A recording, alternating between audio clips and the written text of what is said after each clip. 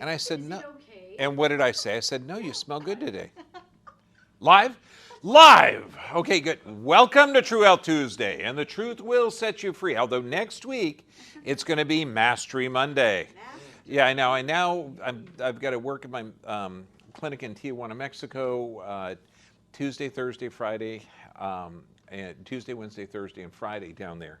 So I won't be up here on Tuesday, but we are going to do this on Mondays, which most people are not seeing the live version. The majority of people are getting it on Sunday, and I continually get, why is it True Health Tuesday when it comes out on Sunday? Don't make it so complicated, okay? Okay, today we're going to talk about programming the mind.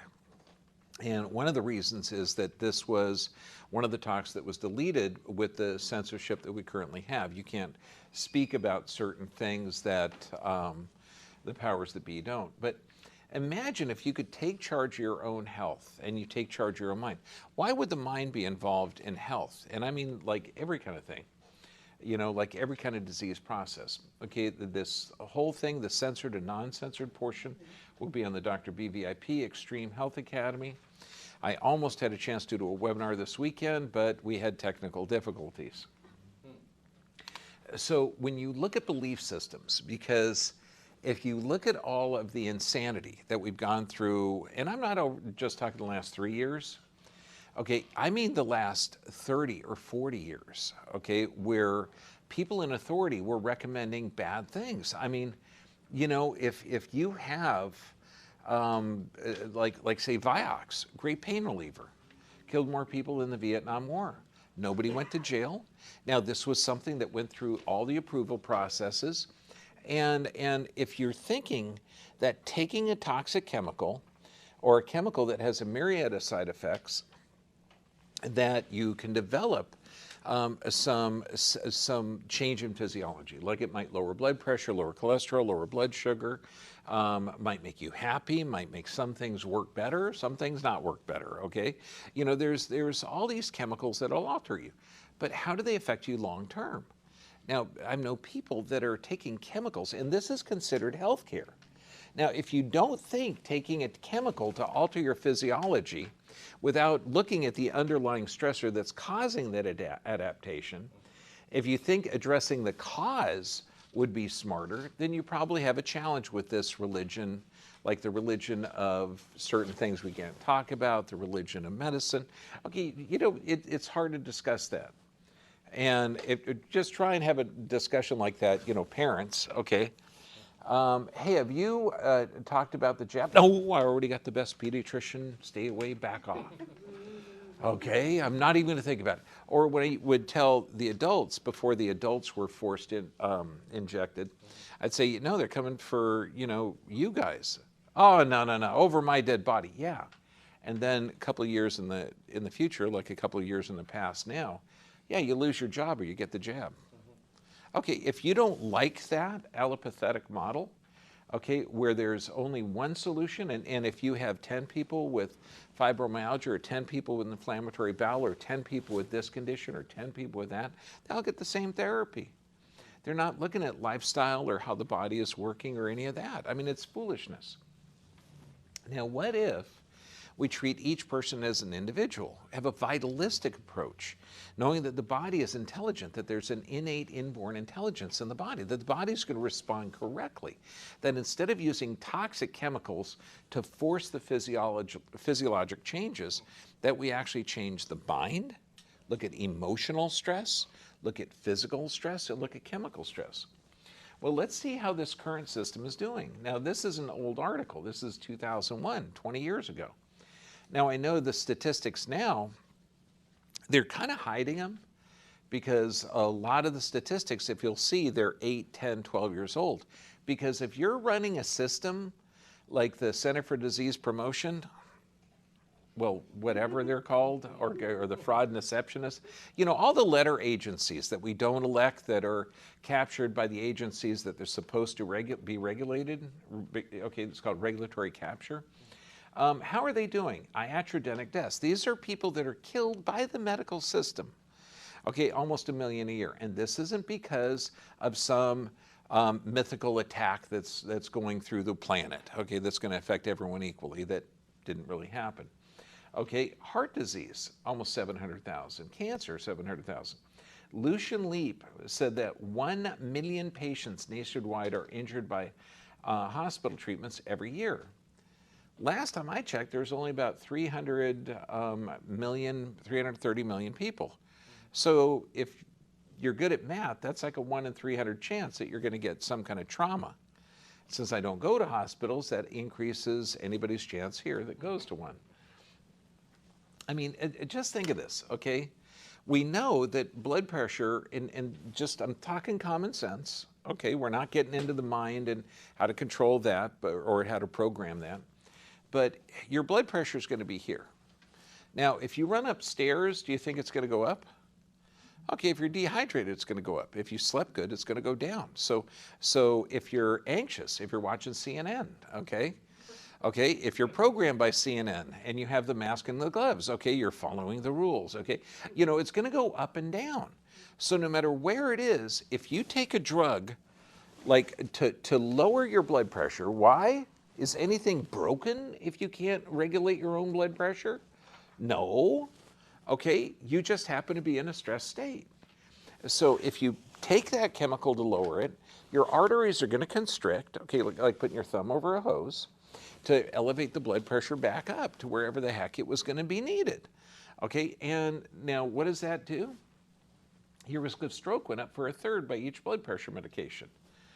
Okay, well, that makes sense because your arteries are constricting, and if the blood viscosity is too thick or you're under stress, that means that it would happen. You know, cholesterol levels go up in the summertime, down in the winter. Cholesterol is the most vital substance. We covered this the last couple of weeks. It's 50% of the overall weight of your brain. It's the precursor to every steroid and hormone you make. Okay, it is amazing and complex. And there's only one type of cholesterol, not good or bad. There's only one type of cholesterol. Oh, wait.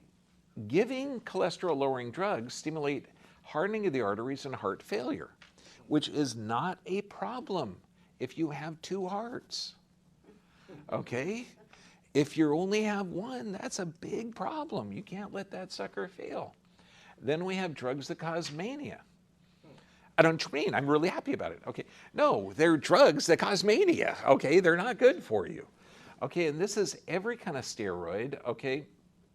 Cyclosporin, I mean, Ritalin, SSRIs. Yeah, you know, I mean, if you look at this thing, blood pressure, contraceptives, these things alter the brain. Now, how could they alter the brain? We talked about how a lot of these poisonous chemicals change the mitochondria. And every cell you got in your body, okay, has these little powerhouses, well, except for blood cells, that do all the actions that that goes on in a cell. And I think I heard one time it was like 100,000 different chemical reactions in each cell. And you've got the nucleus in the cell that holds the DNA. And this is like the blueprint of the proteins that cell can produce.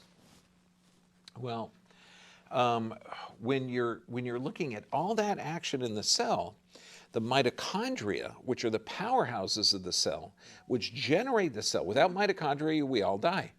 That mitochondrial DNA is different than what's in the nucleus. Okay, I know. Go on. Wait a second. Just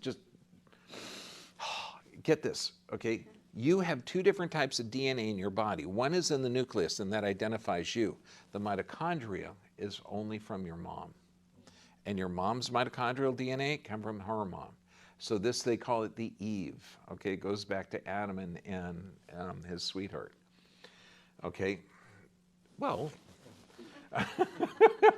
you're the only 2 people on the planet, okay? They maybe have arguments, but, you know, you're going to have to get along.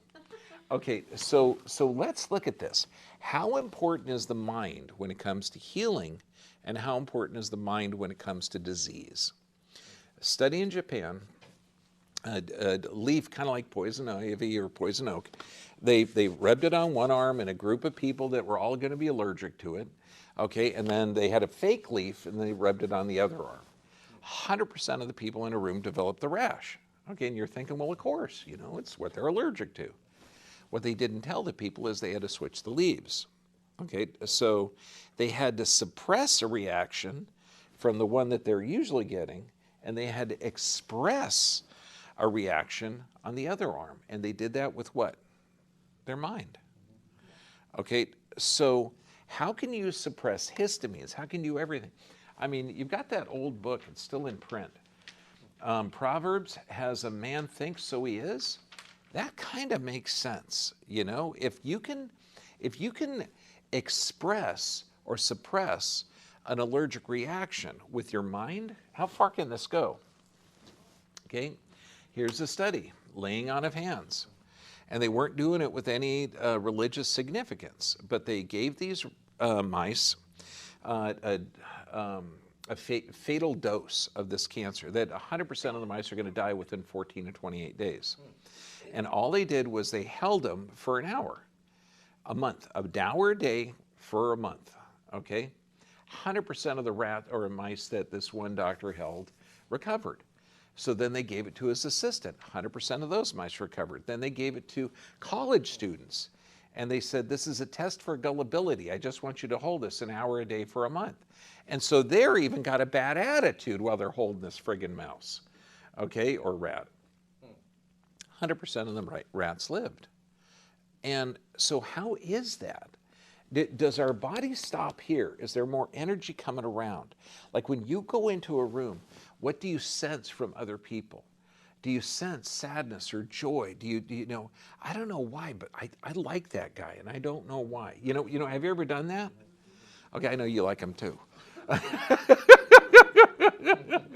You know, but you just get that feeling and we're not used to thinking about it. Our initial hope was we might get a significant difference in survival between the experimental animals and the control. Remission wasn't considered serious. So without further treatment, these mice were immune to the mammary adenocarcinoma. Finally, we may conclude that apparently we're able to cure mammary adenocarcinoma in experimental mice on demand. I mean, it's mind-blowing that if you think that these experiments, and I'm just talking a couple, there's thousands of experiments that, you know, talking about elevations of blood pressure and tissue healing and everything. Dr. Batman Gunji, water cures, drug kills. Now, he was locked in a prison after the Shah of Iran was kicked out, and he had no drugs, and he had all these rich Iranian businessmen, which, you know, they had the health of the American businessmen, okay, which was a chemical-based healthcare. So everyone's taking blood pressure and cholesterol and antidepressants and antacids and all this other stuff. Well, he doesn't have those drugs. So he writes down specifically what you do for high blood pressure. So he tried an experiment. 4 ounces of water every 2 hours, or 6 ounces or every 8 ounces every 4 hours, you know, experimenting around because all he had was water. And he thought, you know, well, the body's 70% water. Maybe dehydration could be an issue. And sure enough, all these people that were taking all of these drugs recovered. And so when I talk about that shift of paradigm thinking, this is going to be a major shift. When people start to lose that religion of medicine, okay, and trust me, do you think that your neighbors and friends, I know there's still that one guy that's still masking and gloving, but I'm talking the majority of your neighbors and friends who have a few brain cells still put together, okay, they see that the system is broken. Okay, well, he found out, or said, medical doctors and doctors who hold the outdated, ignorant paradigm of disease coming from germs, bad luck, or bad genes will be stunned when they realize what's ahead. They will see the many years of learning and memorizing scientific jargons, all the statistical analysis for justification of the treatment protocols using toxic chemicals and invasive procedures, and the price structure attached to these acquired skills is declared obsolete. They will declare it obsolete. This is a temporary takeover of our planet by the pharmaceutical industry. a temporary. Now, you were endowed by your Creator with certain rights that could not be separated from you. I mean, there's some guys a couple hundred years ago put it down in a thing called a constitution to limit the power of the government, you know, because that's what constitutions do. Messages from water. Now, think of this, okay? This guy's got a jar of water from a bunch of jars from the same source. He exposes one to rock music, one to classic music, and sees a difference. And you might say, well, yeah, it's vibrating different. It's going to affect that. So when you form the crystals in the water, it'll do it. Okay, I totally get that. Then he placed thoughts on one, prayer on one, hate on another. Totally different crystal formation. And then they did meditation experiments where they had a group of professional meditators, people that practice it all the time, in Japan, focusing in on something, I think it was a jar in San Jose, focusing positive energy there, so you're talking 10,000 miles. What they didn't tell this group is that there was another jar in San Diego, several hundred miles away, that for the sample, and they found a totally different crystal formation. So if thought can change that, and your body is 70% water, do your thoughts matter in health? Yes or yes? Yeah, I'm going to make it easy. I'm giving one choice, okay? I like open book tests too, okay? I actually really love taking tests. I mean, that's like my thing. Okay, so how are you feeding your mind? I mean, remember the old Native American saying where every person has two wolves fighting for their soul, one evil, one good. Okay, which one wins? The one you feed. Okay, and this is important. So if you're watching Beverly Hills Housewives or you're watching all these drama shows where there's arguments over, you wore my shoes and I was going to wear those shoes, and it's just really, oh, damn it, why do you say that pronoun to me? Okay, that's not how I'm identifying, okay? I mean, it's just like your words are going to really make that big of a difference to me, okay? So what are you spending your time with? What do you value? Okay, now, obviously CNN, they're losing readership. Now this is not a confession, but I do subscribe to the LA Times. Do you want to know why? Because I want to see how incredibly stupid people think. Okay, I mean, I'm looking at this and I'm going, my God, you guys are completely insane. They're talking about how the massive amount of homeless people, we're trying to find homes for them and it's hard. Not we're destroying the economy, these people's lives, they're not looking at any infrastructure. They're seeing the tent, maybe they want to get them sleeping bags or something. Okay, Google, totally censored. YouTube, Facebook, all of that stuff. What about going on the high wire? Okay, good data and research. I love the high wire. It comes out every Thursday. Children's Health Defense. I'm going to be on this Friday, okay, on Dr. Tony's show, or Dr. BVIP. We're trying to keep this stuff censored. So what do? I mean, if you consciously choose what goes in your mind, or you're always going through that cell phone to scroll through and see the TikTok or the cat throwing up, or the anger or this thing. I mean, that you got to watch what you put, because I mean, what you think about, you bring about, okay? If you have a brain that's in a constant state of always scrolling through, always looking for this, always looking for that next stress, okay? Your brain is going to fire along those patterns. And I love this. Men are not prisoners of fate, but only prisoners of their own minds. And that's true. How many times I've got friends that they're always in debt, or they're always having problems with family, or they're always doing this, and they're always asking for help and advice. And if somebody is digging a hole and they want to get out of the hole, what do you tell them? Stop digging. Brilliant. Okay, I picked on one of the smart guys. Okay, I knew it. I know it seems like basic common sense, okay? Yeah, if you're in a hole and you want to get out, stop friggin' digging that damn hole. Okay, so first let's change your perspective, because it is not what's actually happening, it's your perception of it.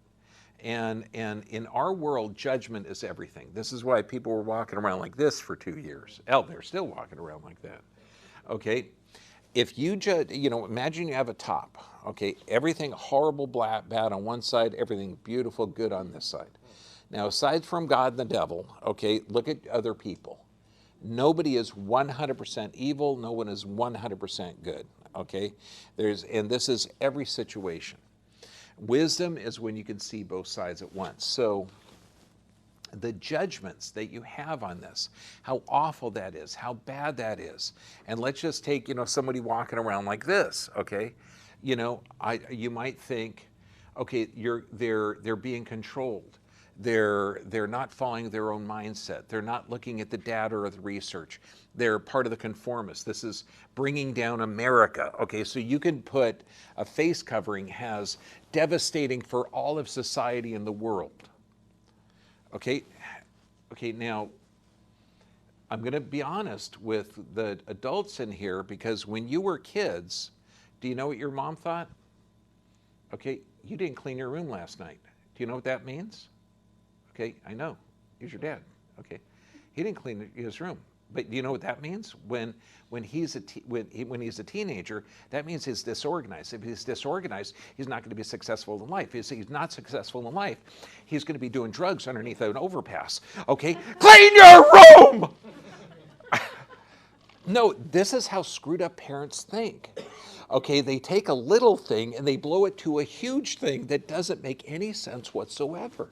It's like, why are you getting upset? I just left the pizza box underneath there for a week. So you got to get used at spinning the top, okay, to see both sides at once. That'll give you balanced perspective. Your self-talk, how you talk to yourself, is hugely important. And this is, are you kind to yourself? Do you give yourself a break? Typically not. And because when we were kids, we were taught, don't do that, put that down, stop running with the scissors, And so talking to ourselves, our self-talk is, I love this one. Be careful how you're talking to yourself because you were listening. I mean, it's true. Now, the way the brain works, you have thoughts and feelings. I'm talking about being conscious of what you're putting in your brain. Absolutely conscious. If you are, you're going to have different thoughts and feelings. Okay, understand that those thoughts and feelings are going to make the brain fire in a certain pattern. That's going to create certain chemicals, and that's going to create a certain body experience. So if you're thinking sympathetic, surprised, stimulated, vibrant, amused, satisfied, warm, delighted, these are words of people that have their needs met, that are in a safe place. Now, I just love her picture. I would go out with her in a hot minute, out to lunch, find out what her life is like. It's like one of my patients, and I got a bunch of patients that are in late 80s, early 90s, a couple in the hundreds. And when I get somebody, this one gal at our clinic in Thailand, she's over 90, and I said, what do you remember about your life? And here she's very successful, tons of kids. She remembered when she was 12 years old, and the Japanese had taken over Thailand and the Americans were bombing Thailand, and she was holed up in a cave with her family near Pattaya, and she was sent out to get water, and they made it through this filter. That's what this 94, think of the life, okay? I just think that's cool. It's just like, oh my God, you've been on the planet longer. What can I learn from you? It's now this is a nasty person. I would not want to go out to dinner with her. Okay, but listen to these words: suspicious, repulsed, edgy, fidgety, worried, bewildered, irritated, aggravated, heartbroken, overwhelmed. Those are words that lead to that anger. But remember, thoughts and feelings lead to the neuronal firing, lead to the chemicals produced by your own brain to adapt to that environment, and that changes your body. It literally changes the blood supply to the heart, it changes hormonal production, changes everything.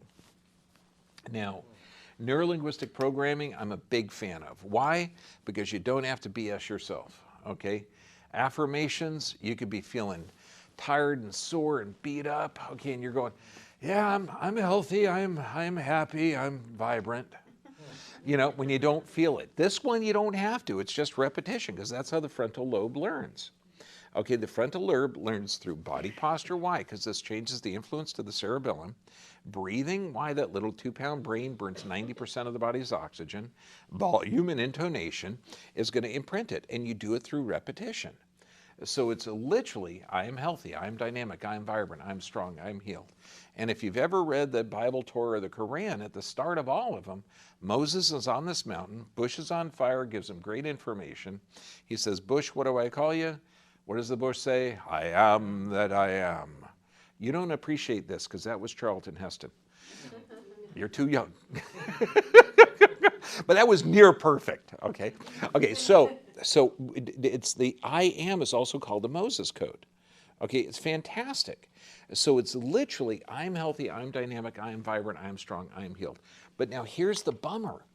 All thoughts fall like dominoes. When was the last time you were driving to somewhere, you know, maybe you're just listening to the car and you're thinking about, okay, that person where I'm going to, you know, we had a big challenge. We're going to have this or this. Okay, when you're driving to work, okay, you know, I got to do this and this and this and this and this person. You know, those thoughts will suck you into the pit of hell. You master your emotions, you change your physiology. Think of the guys that meditate. They could raise or lower their blood pressure. They could hold their breath for crazy amounts of time. You master your emotions, you change your physiology.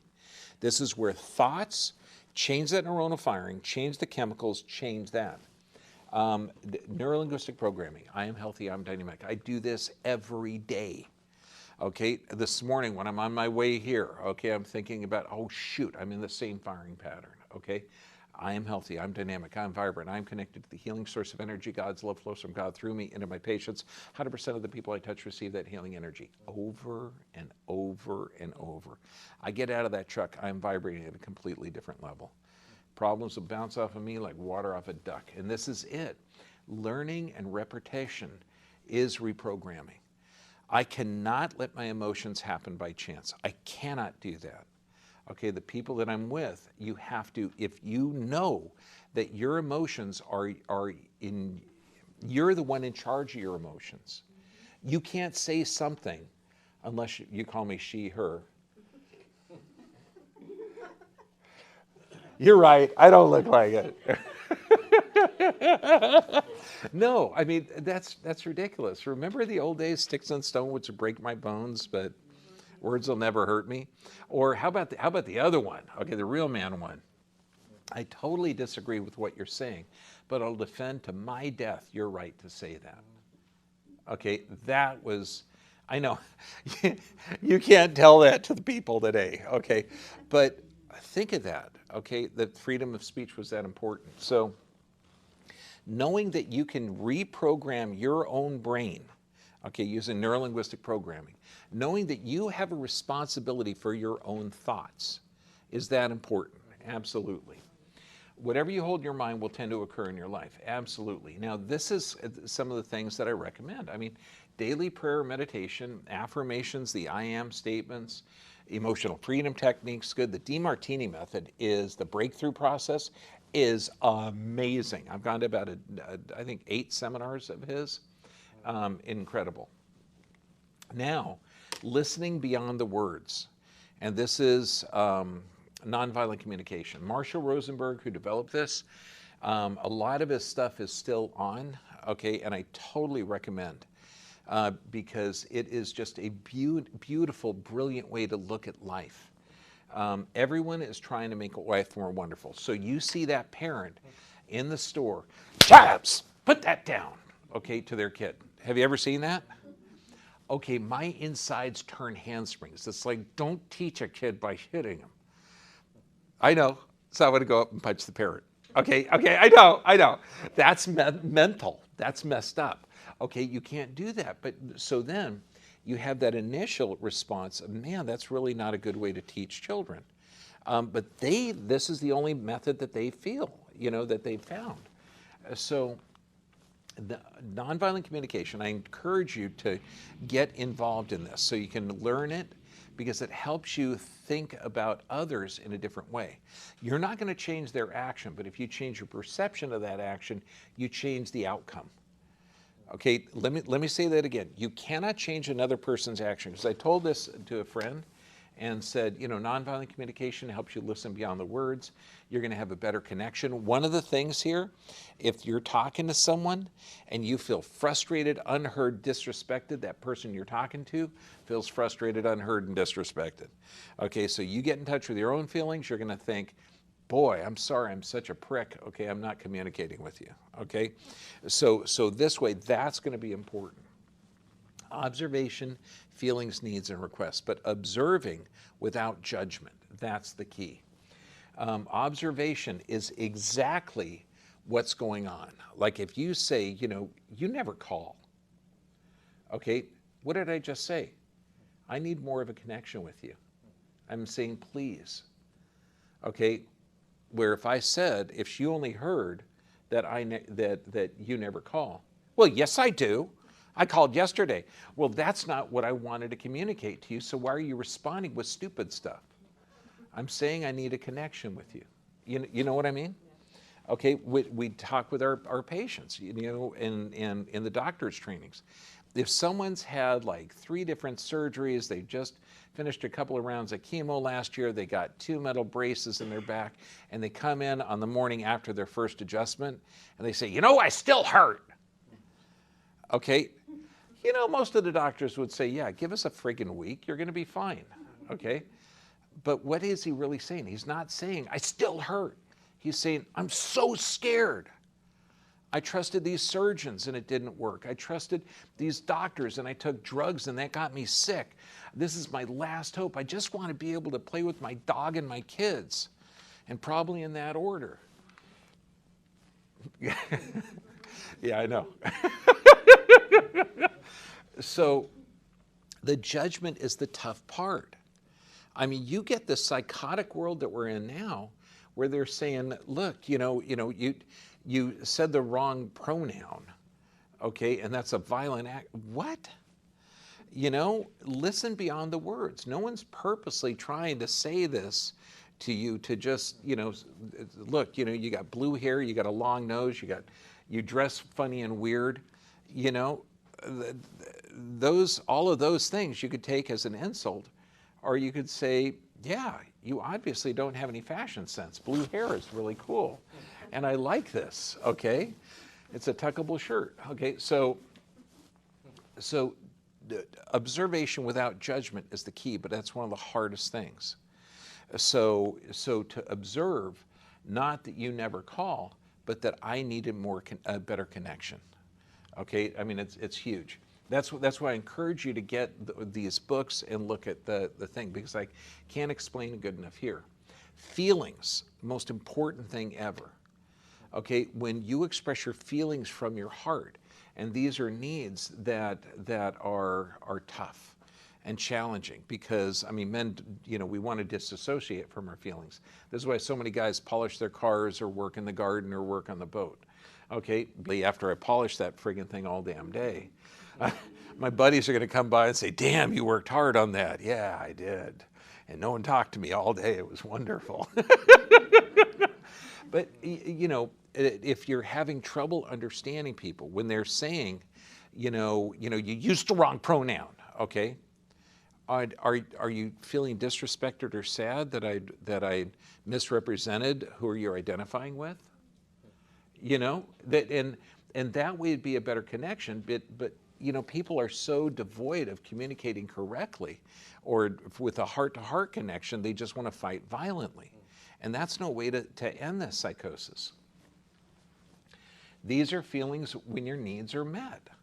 Enthusiastic, fulfilled, connected. These are feelings when they're not met. Okay, so if you can just identify, and that's what our handout is. Now, I actually use these lists from nonviolent communication for the I am exercise.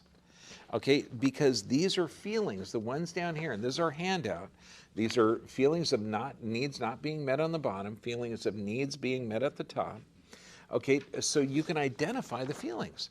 Are you feeling hopeless, anxious, apprehensive, uninterested? Okay, now, when needs are, they're required to experience life from a fullness. if your needs are not met, and the needs of meaning, autonomy, connection, play, peace, if you just look at this, and it's so hard in our society to express, the courage to say, I really need a connection with you. I really want to just play. I just want to have fun. I'm feeling all discombobulated, okay? I need some peace in my world, okay? It's when you're able to identify those and you can connect with it, then you can change your brain and then you can start doing it. Now, request versus demand. Remember, observations, feelings, needs, and request.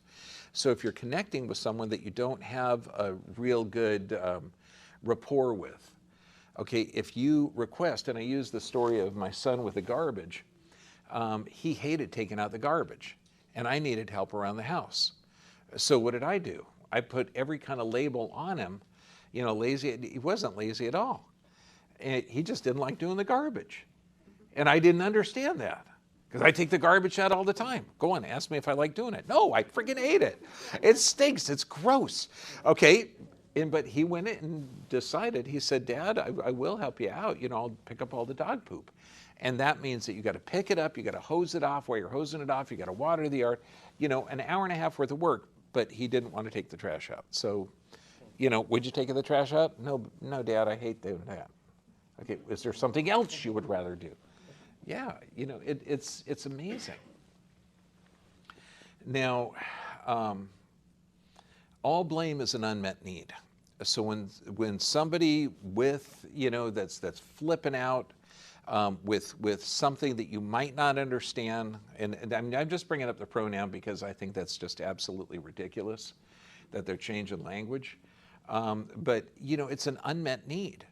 So they need some kind of validation for whatever thing that they're identifying with. It's kind of similar that you'd wear a baseball uniform because you want to identify as a baseball player. Okay, it's hard in nowadays times to find out what do you identify? I don't know. Girl, guy, or other. Okay, and that we have been training like this for thousands of years. And we need to change it to develop a connection. You develop connection with your kids. I just did it this past Sunday with my youngest boy and his birthday. My oldest son's coming out in a week, thank God. I haven't seen him in like 3 years. But giving advice, it's a violation if you don't ask permission. So, I have some different information on that mask or that medical procedure or this or that. Would you be interested? So you got to ask permission. Okay. And yeah, so by mastering your mind, by not being affected by insanity, okay, and that is a judgment. Although when somebody says that men can give birth, that's insanity. That guy over there has got an X and a Y chromosome, and so do you, and you don't have that there, Missy. Oh, wait, I just used a pronoun. You can hit me with your car later. Okay, just mastering your mind, and here's a couple of techniques, the nonviolent communication, the neurolinguistic programming.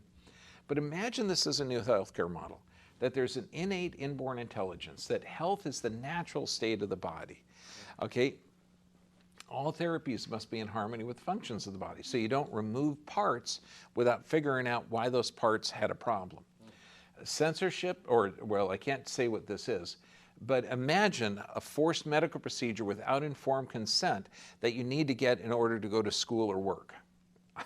No. That's not Germany 1936. Okay, this is America 2020, actually way back to 2006. Okay, it's like 15 years now. So that forced medical procedure will stop until independent research is completed. Medical schools won't be funded by the pharmaceutical industry. They'll actually have independent studies. All healthcare research will be independent. Pharmaceutical industry will be financially and morally responsible for their products, just like Ford or Toyota. A few Toyotas kill people, then there's a recall. And all humans will be able to choose any healthcare procedure. None will be forced on them. Boy, that makes sense, unless you know, don't like it. Okay, so when we talk about the 5 keys to health, nerve supply, exercise, nutrition, rest, and prayer and meditation, this falls in that meditation where you're mastering your brain. Oh, now we're getting into the dangerous part. Okay, I almost did that, because that's, I think, one of the slides that got this talk destroyed before by the censorship. So next week, we're not going to be on Tuesday. In fact, through September, we're going to be on Mondays. Okay, so live Monday on YouTube and Facebook. I'll see you next week. Same bat channel, same bat time, different bat.